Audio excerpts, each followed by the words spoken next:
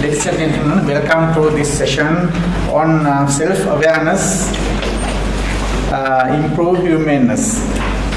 Yes. Just self-awareness, improve humanness. We have three eminent speakers. I don't think they need any description. If at all, I refer to the pages 14 and 15, tops and bottom of those two pages. That will give us more description. But they are the kingpins of the Department of Medical Humanities. To be very brief.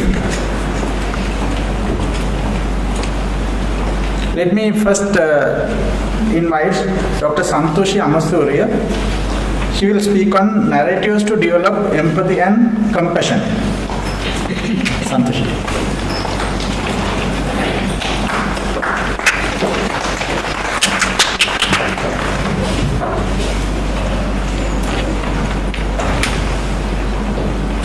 Okay, thank you very much, Professor Gunatunga. During the next few minutes, what I hope to do is to share some of our ideas. That is, I'm talking about the Department of Medical Humanities in terms of using narratives, specifically patient narratives, in trying to improve empathy and compassion.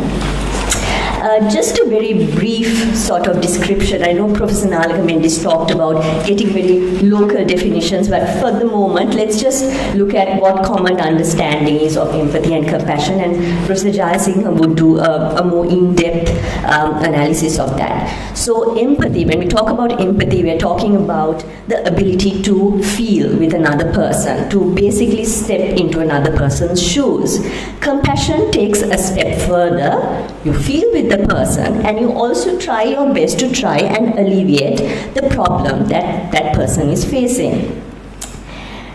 Now, when we talk about doctor-patient communication or the interaction, this is something that many medical schools and postgraduate programs as well, they've recognized the importance of this interaction, and quite rightly so, because this interaction leads to the generation of very important information about the disease-related story, and that would then indicate what the pathogenesis might be and what the treatment option should be. So this is a very important story that needs to be elicited, and communication skills are very important for this. But someone might take a superb clinical history. They might also exhibit very good communication skills, proper tone of voice, verbal, non-verbal communication skills. We talk about things like paraphrasing, summarizing, all that. So all that might be there, but that person might not still be able to relate to the person that they're talking to. So it's a very cold interaction. Now, there might be several reasons for this. It just might be that person's personality, but one reason for this might be that the interaction that the doctor has with the patient does not allow the doctor to find out what's going on with that person, to find out that there is a human being in front of them. The clinical history is very important, and it provides you sort of a guide as to how to go. But that clinical history might actually suck out the human story of that person, which would really be important. So, when I talk about the human story or the story of the illness, that is a very, very broad thing, and the clinical history or the story of the disease is merely a fraction of the story of the illness. Story of the illness is what the patient is actually feeling, what the illness experience is like, how culture responds to that person, and how culture responds would then dictate how the person responds to treatment. Also, how the surrounding local cultural beliefs affect the responses and reactions, and how the person would explain the illness. Now, Professor Nalaka Mendis talked about explanatory models, and Kleinman came up with the importance of exploring explanatory models. When we talk about this, we're talking about understanding of causation, treatment, prognosis, and this is what the patient believes is the cause or what the treatment should be.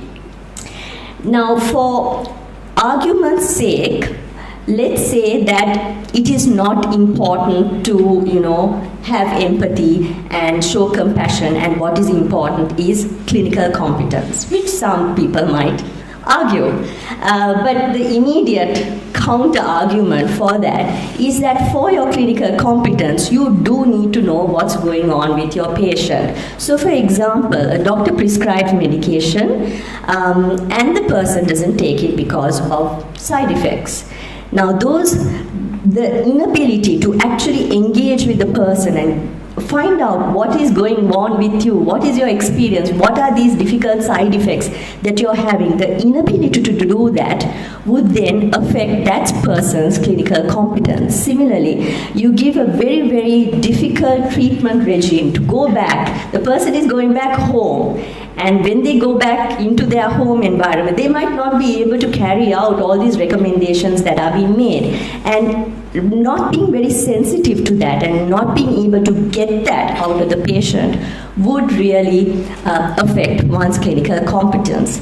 Similarly, the way the person explains one's illness. Now, I'll share with you an anecdote. I'm sure many of you hear these stories over and over again, but to me it highlights something quite significant. So I was talking to this lady, and she was talking about another person who was having a knee problem, and she told me how this person said that it was very important to have okra or lady's fingers raw to basically blend it and to drink it. So I found that, rather odd. So I asked her, okay, why is this? And then she explained to me that, it has very sort of gum type of qualities, and that would help the knee become better. Now, it's quite humorous, but if we actually take a step back and think about it, these people do not have understanding of anatomy or physiology, and how they explain things around them is through their own environment. Now, they do know, they have some understanding that just drinking a bottle of gum is not going to be right, because there is this understanding, okay, there is a bit of chemical there. But why not take these things, these natural substances that seem to have these properties, why not use it? And so that would really trigger off and would dictate what the person does. So when medication is provided and there is no explanation as to why this same property, or how this could help one to do sort of get better, then you're working on two planes. So really getting that story is very, very important. So because of that, we've been exploring several ideas as to how we can use a patient's narrative or even a student's narrative to help them in understanding what the patient is going through, and then helping to improve their empathy and compassion. So one sort of an activity that we introduced recently was within our communication skills module, where we asked students who were just about to go into their clinical appointments to think about situations where they have been sick or someone in their family has been sick, and talk about the good and not so good communication skills of the doctor or healthcare professional. And we found that students really, came out with, some of the experiences that they had, and some of these experiences were not good experiences. This type of exercise really helps the person to get into the patient's shoes and suddenly start thinking about, okay, what is this person in front of me thinking? Now, as you go along, there is this sort of divide that starts becoming more and more prominent of the us versus them. Us being the healthcare professionals, them being the patients. This type of activity where you suddenly push that person back into the them category helps to dissolve that boundary and helps the person to suddenly realize, oh my gosh, I would not like what is happening to me, and helps the person to really empathize. An activity that we introduced very recently was for students to go into the wards. So we did this with first year students, for them to go into the wards and just find out the patient's life story. So first year students thoroughly enjoyed this, and they suddenly realized that, this person has a whole host of problems. The story of the patient actually, or the disease story, starts at the point they come to the hospital. But then suddenly there's this realization that there is so much more going on with that person, and the need to really recognize that. And so activities like this, so just basically getting the narrative, helps for students to understand a patient's story. Patients' models of illness, so going along Kleinman's model of causation, what the patient would believe is the cause of it. How is it caused? How should it be treated? So for example, taking okra juice or whatever. What does the patient believe would work? Prognosis, how treatment should be done. So the patient's model of illness and basically how it should be treated then would help the healthcare professional to understand the orientation of that person, to then help the person to understand what their model is. So basically it's not trying to align with the patient's model, but being first taking a step and finding out what that person is understanding, to help them to understand what you would like them to understand. Professor Karunatilaka talked about the use of films and stories and art, and we've been talking about, starting things like sort of film clubs and things like that. We've still not got to act together on that, but the forensic medicine department is doing some work in that regard. Now, films and movies, that they are very, very clever in evoking emotions, and this is sort of emotional manipulation of using the right sound and the right backgrounds to make you start, to get very emotional. So there is manipulation there of movies, of patient stories being related, but that helps to trigger dialogue. So suddenly people start relating to that story, and then they have this dialogue, which then once again helps them to understand the narrative of patients. We've also discussed this, and as I understand, this happened, I think, some time back, of patients being present when cadavers are accepted. So the students are being present when cadavers are accepted. So for the student, it's a cadaver, but for the person donating it, it would be mother, father, amma, tata, ayya. So that sort of interaction suddenly gives a lot more understanding of what you then dissect. Our community medicine department does a fantastic job with this, the community visits, and that really helps people to really go into the home environments and find out, okay, what on earth is happening here, and what I suggest be a workable solution to the problem that the families are facing. Another thing which could be a bit of a logistical, create logistical difficulties, is getting patients, students to shadow patients. So from the time they get to the OPD to the time they actually meet the doctor or who they want to meet. So the cues that they have to go through, the interactions they have with the other healthcare personnel, all the problems, and the shadowing also would help them to find out what they have had to go through to get there. Like many patients, you would know, may have to make a lot of arrangements. For example, their children can't go to school because they have to come for a clinic visit. So to actually understand that, and then that really changes the way you interact with that person. Now, these are very, very dramatic examples, but the question is whether some of these actually happen.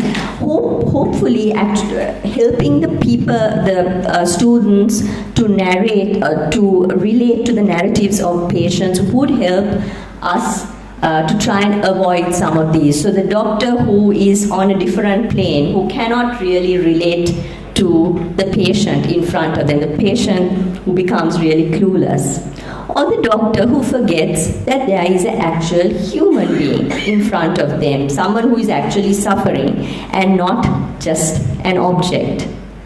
Or the doctor who realizes that the patient has a life of their own and that their time is also very, very valuable, that keeping them going in queues or keeping them in waiting rooms might not be right, because there is a lot happening in their lives as well. And of course, the doctor who can understand the patient's experiences, not, force interventions or force treatments, understand why they are refusing. A lot of the time, the lack of compliance is, because of something. They believe something else, their model might be different, their experiences are a little too, intense for them to go through it. So just find out what's going on.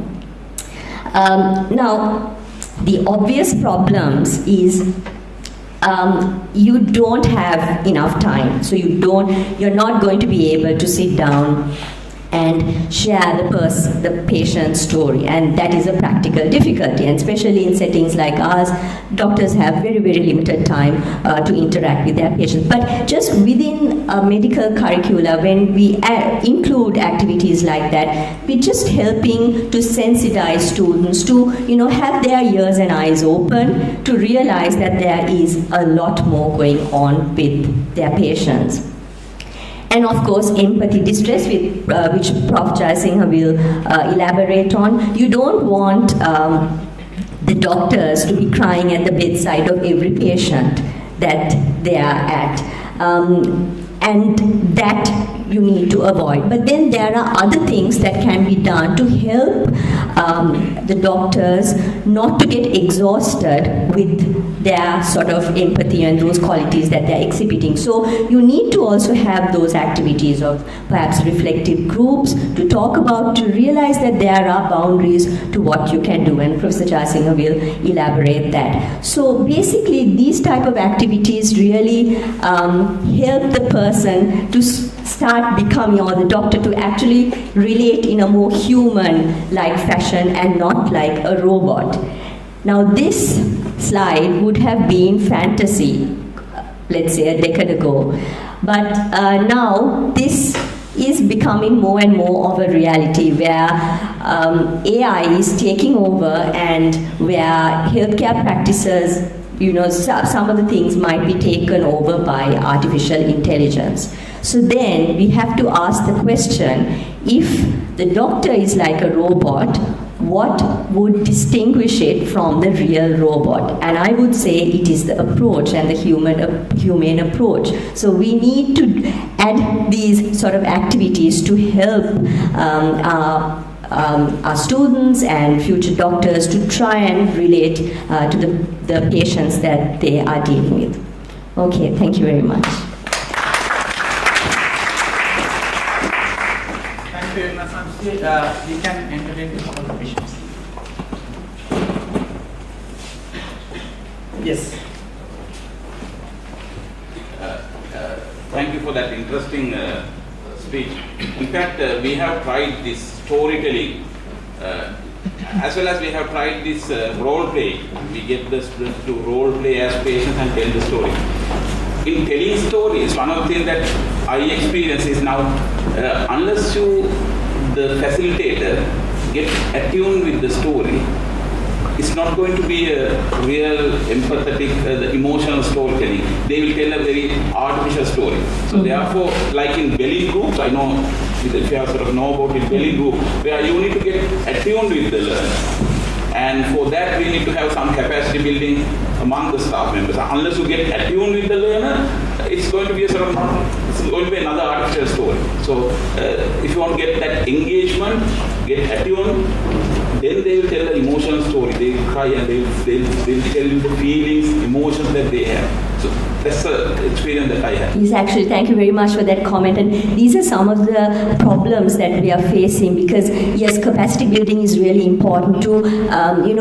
For example, we might give, we don't have enough staff, so we might give a tutor guide, but we might not be sort of have enough resources to actually sit with people and, talk to them and help them to do that learning activity the way we want it to be done. So yes, it's a process, and I think though we have started, so hopefully we'll get there someday. Just one more clarification. Did you say that doctors have limited time for the patients?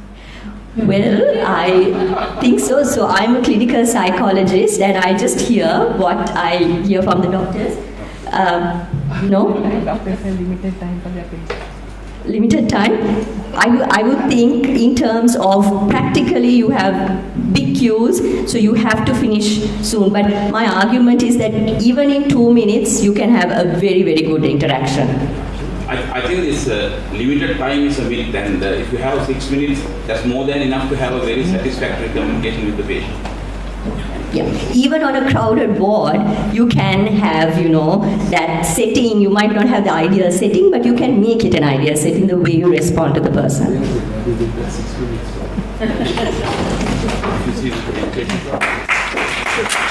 Thank you very much, Santushi.